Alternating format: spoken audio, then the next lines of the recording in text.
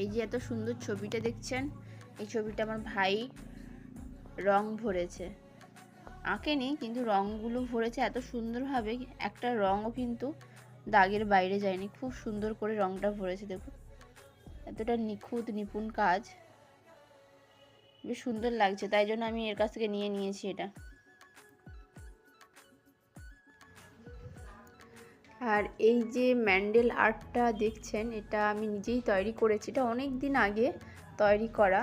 তো একদিন কি মনে হয়েছিল যে বসে বসে করেছিলাম, তো কেমন হয়েছে জানাবেন। আর এর পাশেই আমি ভাইয়ের ছবিটা রাখবো, ভাইও কত সুন্দর করে এঁকেছে, এখানে রাখলে কেমন লাগবে, ভালো লাগবে না? তো কত সুন্দর লাগছে।